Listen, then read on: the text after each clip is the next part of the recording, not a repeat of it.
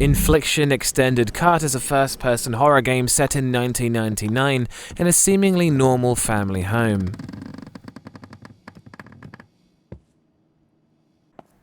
Atmosphere.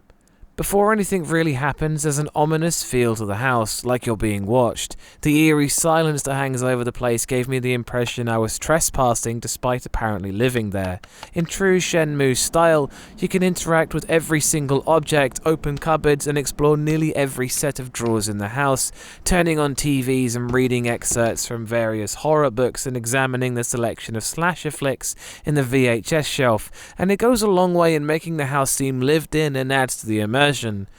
Whilst you explore, there's strange sounds of floorboards creaking that give you the feeling that you aren't alone. As the game progresses, the atmosphere gets more oppressive, and the area around you transforms or suddenly cuts to different places altogether, like in layers of fear, which I'm getting a bit tired of experiencing in horror games at this point. One of the problems of the game is that the soundtrack doesn't come in enough, and there's nothing but darkness to keep you on edge whilst you explore the place. Parts like the basement where the music ramped up filled me with dread, but the rest of the time it was just meandering through a dark house. But my biggest gripe against the game is that there's just sometimes no obvious clue as to what you're meant to do next, which leaves you walking around the area, picking everything up and taking photos of stuff until something happens to be right.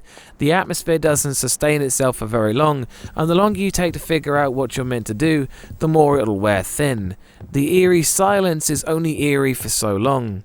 But on the other hand, the game will sometimes throw something in randomly. The phone will ring and you'll hear something spooky on the other end, or sometimes something will move on its own, and this does help, but there should have been more of these.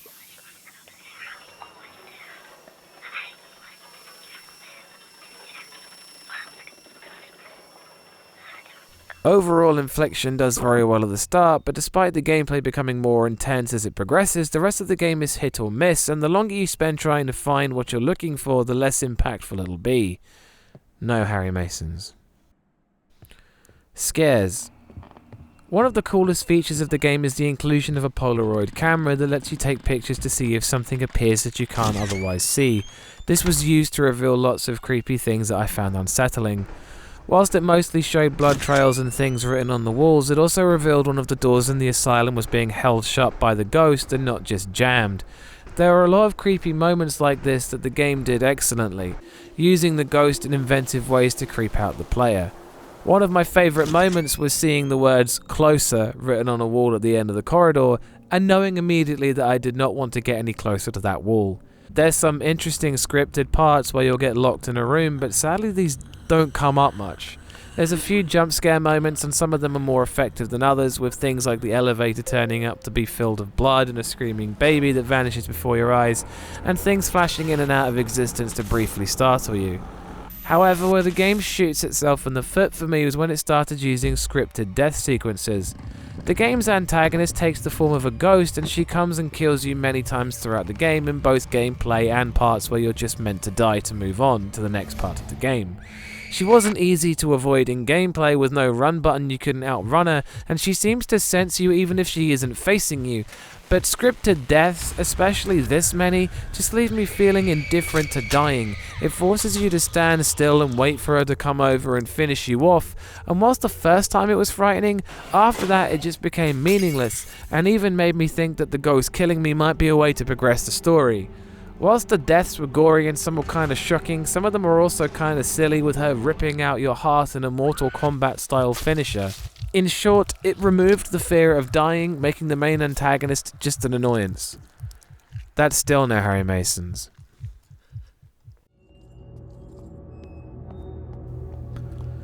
Sound design.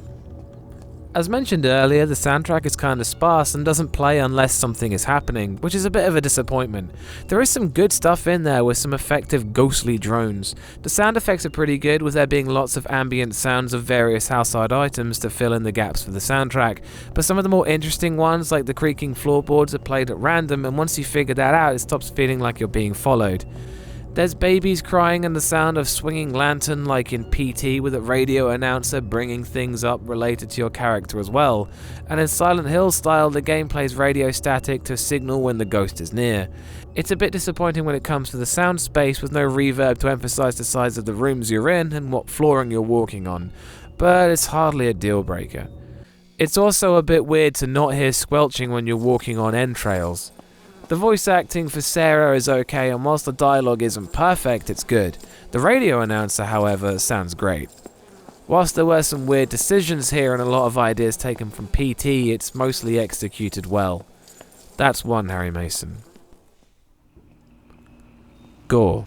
The deaths in the game are all gory, with one or two of them freaking me out, like the one of shoving a glass shard from a picture frame into your own eye, which was something I just wasn't ready for. There's blood and body parts all over the place, and it all looks pretty good. And for the gory murder that took place, it seems to fit okay, but it does sometimes feel a little excessive. That's 2 Harry Masons.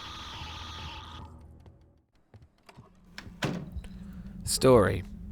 To begin with, the story involves coming home to get your wife the plane ticket she forgot, but after witnessing you murdering her on a videotape, you find yourself suddenly needing to exorcise her ghost. There's a lot of backstory for the decline in the relationship, with certain key parts in it being playable, such as the death of their baby Michael and the guilt she felt at the police station, as well as her time in the asylum. There's a lot of despair and domestic abuse that takes place during the game, but it quickly turns to victim blaming and becoming deeply unpleasant, and makes the player character rather dislikable. It's certainly not an original story, but does a decent job of keeping the game going, making the final score 3 out of 5 Harry Masons. The game takes a lot of inspiration from several sources, from Silent Hill and Layers of Fear to the PT demo, and brings up a lot of tired tropes, but it's far from a bad game, and whilst it can be frustrating, for everything it does wrong, it does something else right. Again, I'd like to remind you this whole thing is down to my opinion in horror games, and if you don't share this opinion, then that's cool.